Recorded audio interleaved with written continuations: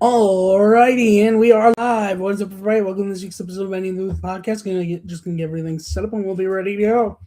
Everyone's day's going well, weekend's going well, weekend, week going well, weekend going well. Uh, got a lot to talk about.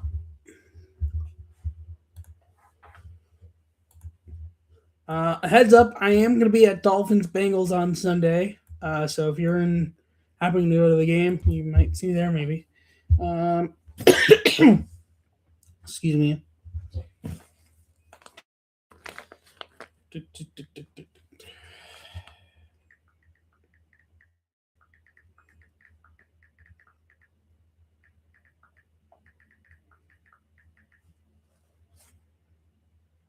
Okay.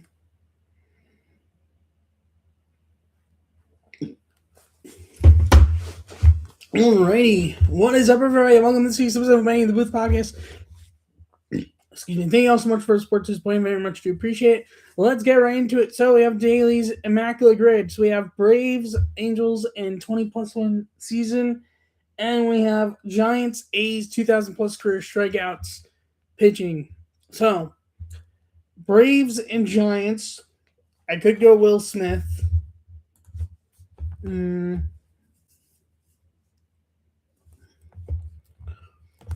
I'm gonna go with Braves and Giants.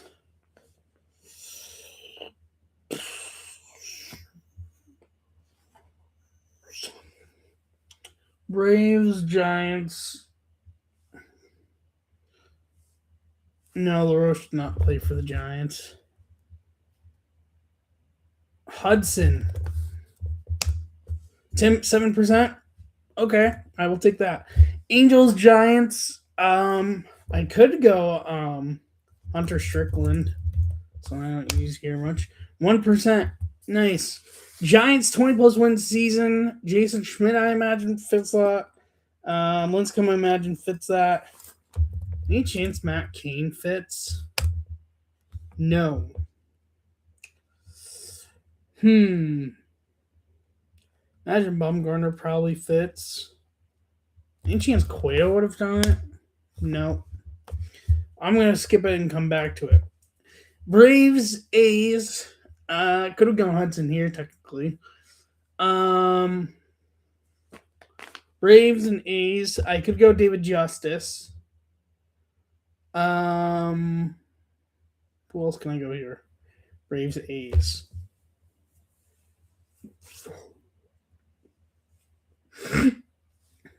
Oh, doesn't what Weiss fit? 5%. Nice. A's, Angels. I don't think Vogt ever played for the Angels. Kurt Suzuki technically fits. Look at me. The Angels manager might be more populated answer now.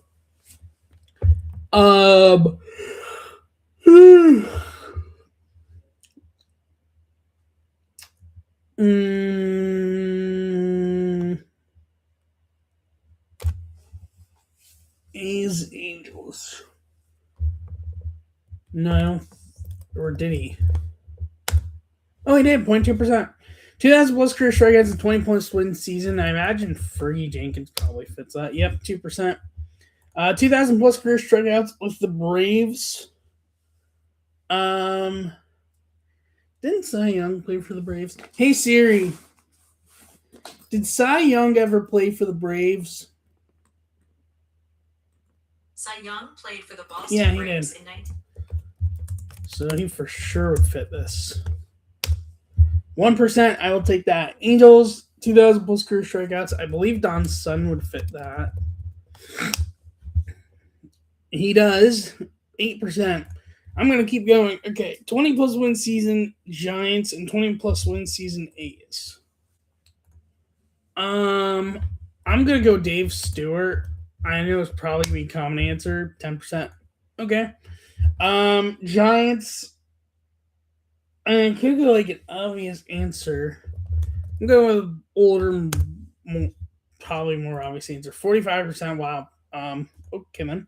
Total Rary scored 223, and oddly enough, he was top answer, but I didn't get any of the other top answers. So, top answers for each category: Giants Braves at 8% is Jock Peterson. Giants Angels at 22% is Tim Lincecum. That is interesting. He's the highest for that category. I would not have expected that. I just forgot he even played for the Angels.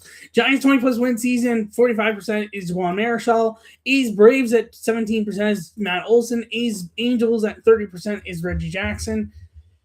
Yeah, I even kind of forgot he played for the Angels. A's I knew, but Angels kind of forget. A's 20+ win season at 24% is Barry Zito. 2,000+ career strikeouts pitching with the Braves is Greg Maddux at 29%.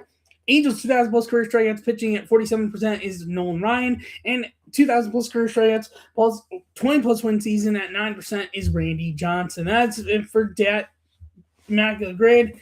Now for daily walk-off, we do Rex and the Cardinals. So categories: 1998 top 9 homers, 2000 to 2020 top 5 in stolen bases, 2024 top 3 in homers, and mainly played catcher for the Red Sox. So Duran,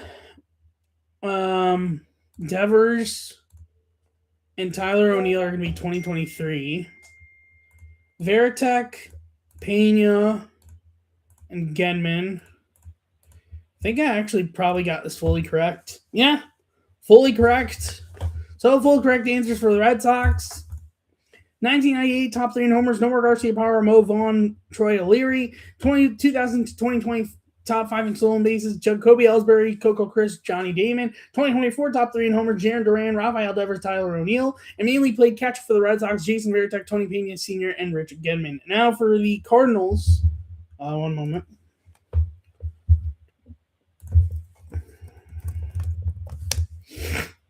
Also, happy Hanukkah to all the Jews out there that are watching this. So, for Cardinals, player options: Paul Goldschmidt, Fernando Vina, Ray Lankford, Tom Pagnozzi, Nolan Gorman, Yadier Molina, Mark McGuire, Alex Burleson, Edgar Renteria, Mike Matheny, Ron Gant, Albert Pujols. So, Goldschmidt, Gorman, and Burleson, I imagine are going to be that. Yadi, Matheny. Well, let's put it this way. Gant, Langford. Let's put it. It might be, or almost, just with these two. And now fully correct. So walk-off double. So the full correct answers for the Cardinals: 1998 top 3 in homers, Mark McGuire, Ray Langford, Ron Gant. 2000 to 2020 top 5 in stolen bases, Fernando Vina, Edgar Renteria, Albert Pujols. 2024 top 3 in homers, Paul Goldschmidt, Nolan Gorman, and Alec Burleson. And mainly play catcher for the Cardinals: Mike Matheny, Tom Pagnozzi, and Yadier Molina. Just give me a moment here.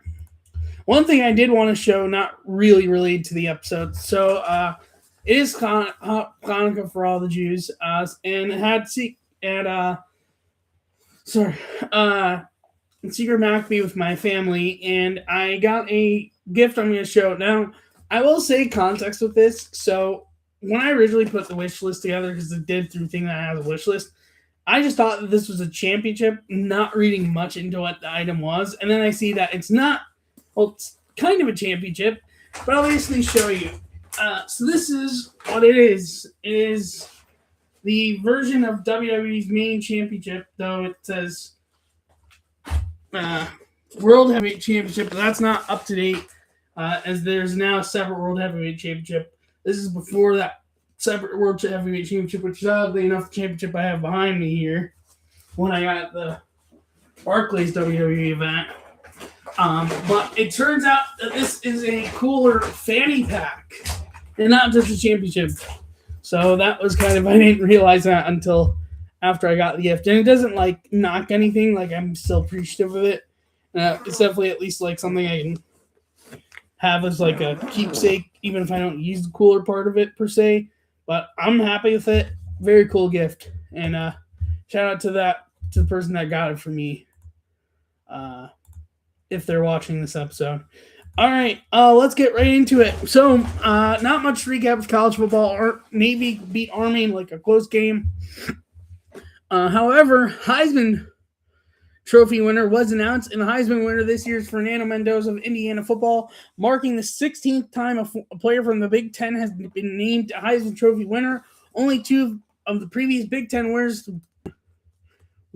won the won the AP National Championship winner. Only 2 of the previous Big Ten winners won the AP National Championship that season. Charles Woodson in 1997 with Michigan and Bruce Smith in 1941. I do not know what college. Let's see. Curious what college Bruce Smith went to. And that is not the Bruce Smith defensive player. He is a halfback. Interesting. He went to Minnesota University.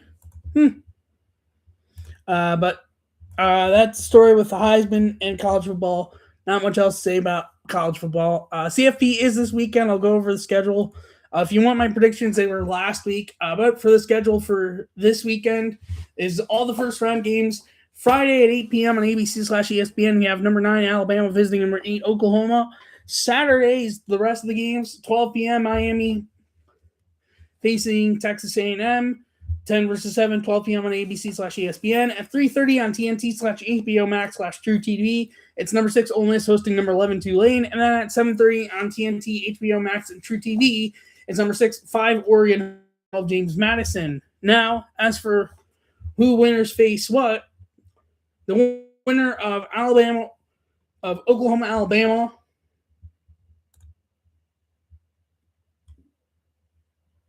Hello? You gonna load? There we go. The winner of Oklahoma, Alabama will face Indiana in the Rose Bowl. The winner of Miami, Texas A&M will face Ohio State in the Goodyear Con Bowl. The winner of Tulane, Ole Miss will face Georgia in the All-State Sugar Bowl. And the winner of James Madison, Oregon will face Texas Tech in the Capital One Orange Bowl. That is the schedule for this week in college football. If you want my predictions, go back to last week's episode where I did full bracket predictions from first round to second round to third and the championship. On last week's episode, not this week's episode. That's it college football-wise. NFL Week 15 recap. I have a few notes here. Browns got whooped, and I don't even want to talk about it. Falcons beat the Buccaneers. Atlanta Falcons are the first team in NFL history to win a game where they had at least 14 more penalties than their opponent. They had 19 total and faced a deficit of at least 14 points. They had like 19 total flags in the game, and yet they still won. Commanders beat the Giants. The Commanders-Giants game is the 5th matchup in NFL history where both teams entered with a single season losing streak of 7+ games. Commanders would be the first road team to win any of those games. Commanders did win that game. And then from the Vikings-Cowboys game, it marked the 3rd time that J.J. McCarthy has thrown multiple touchdown passes while also rushing for a touchdown in the same game. No one else in NFL history has done that 3 times within their first 8 games of their career. That's it for the notes part of the recap.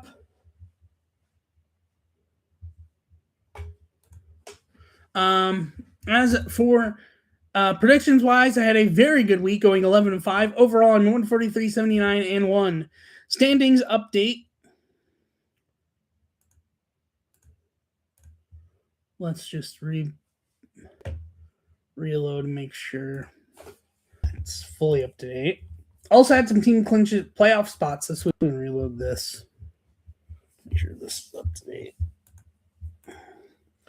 I also don't include eliminating offs when I go over these. In the AFC East, the Patriots in first place at 11-3, followed by the 10-4 Bills. In the AFC North, the Steelers in first place at 8-6, followed by the 7-7 Ravens. In the AFC South, the Jaguars in first place at 10-4, followed by the 9-5 Texans, followed by the 8-6 Colts. In the AFC West, the Broncos in first place at 12-2, followed by the 10-4 who clinched the playoff spot, followed by the 10-4 Chargers. In the NFC East, the Eagles in first place at 9-5, followed by the 6-7-1 Cowboys. In the NFC North, the Bears in first place at 10-4, followed by the 9-4-1 Packers, followed by the 8-6 Lions. In the NFC South, the Buccaneers and Panthers tied for first place at 7-7.